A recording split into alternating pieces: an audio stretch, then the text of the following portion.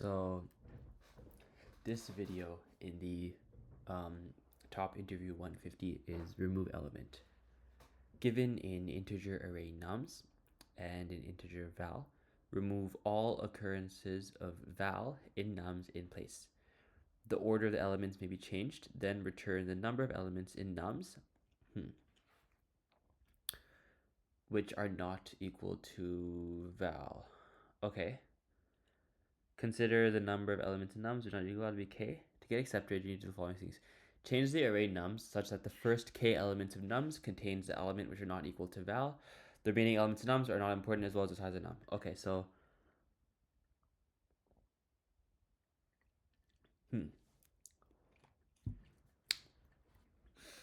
basically what I'm doing here is I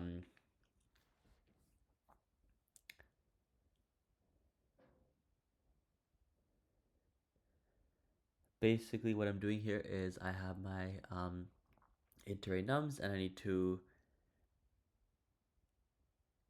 basically just make it so that all elements of all elements of val are moved to the end of the array.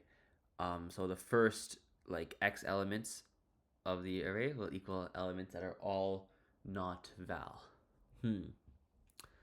Okay, so and then I need to return so nums needs to have the first k elements of nums contain elements that are not equal to val, and then I also need to return the number of elements that are not equal to val.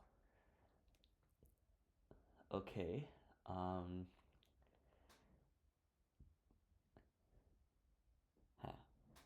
So I think what I can do is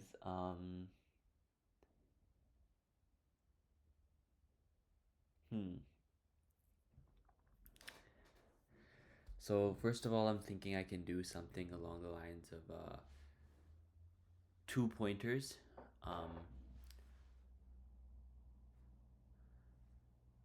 Some use of two pointers.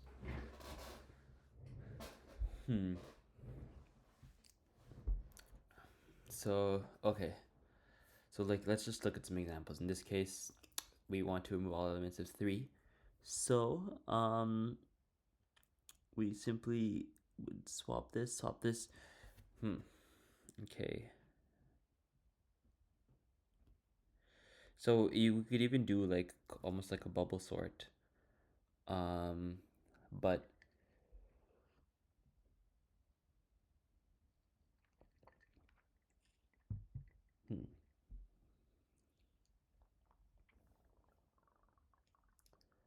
okay, so what I can do is if I did want to like first place all these elements in order in a new array, that might be easier. If I want to, for example, create a new array and then put all the elements into that array that are not val, and then I can simply go back to my original array. Okay, we can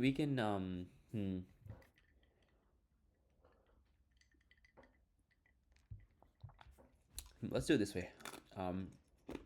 I think this way makes sense. So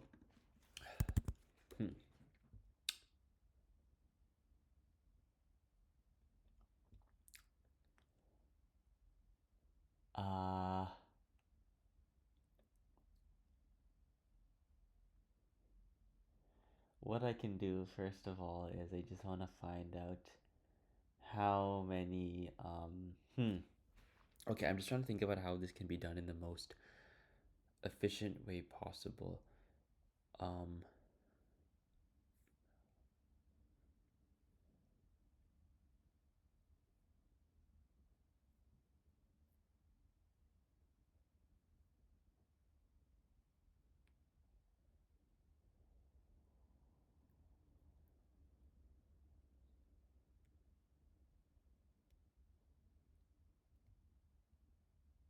Okay, so int temp equals new int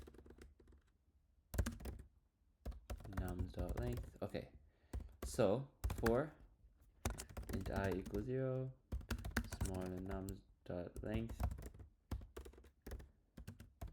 So for each element in my nums array,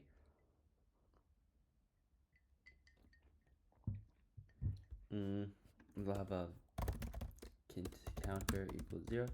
Okay, so for each element I, if nums at I does not equal val, temp at counter equals nums at I. So basically, if the element at nums is not equal to this value, then we can put that into my counter. Sorry, put that into my temporary array and then increment my counter.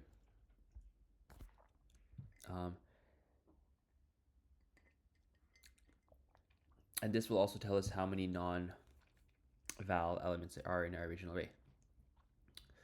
Okay. Okay, so now that we've done this, now all we need to do is for I equals 0, I smaller than counter dot counter I plus plus. So now for the first counter elements, which means the first, like, for the number of elements that are not val, we simply need to say that nums at I equals, sorry, well, this should be an equals, nums at I equals counter at I.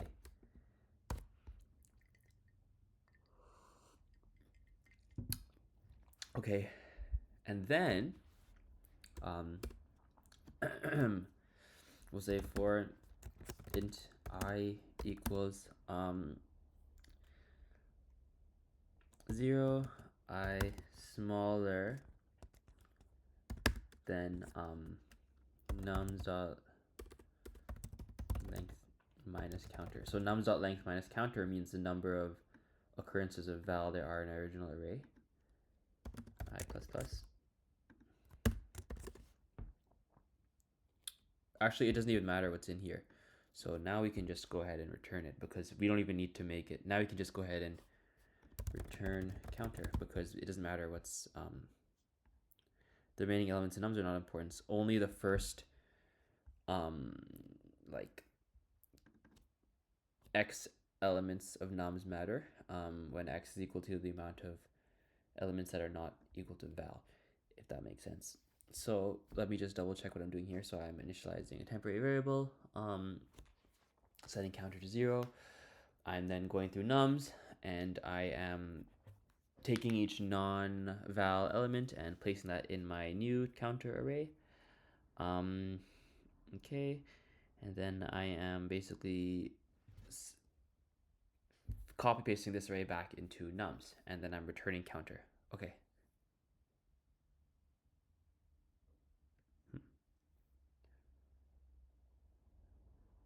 Oh, sorry, not counter at I, temp at I.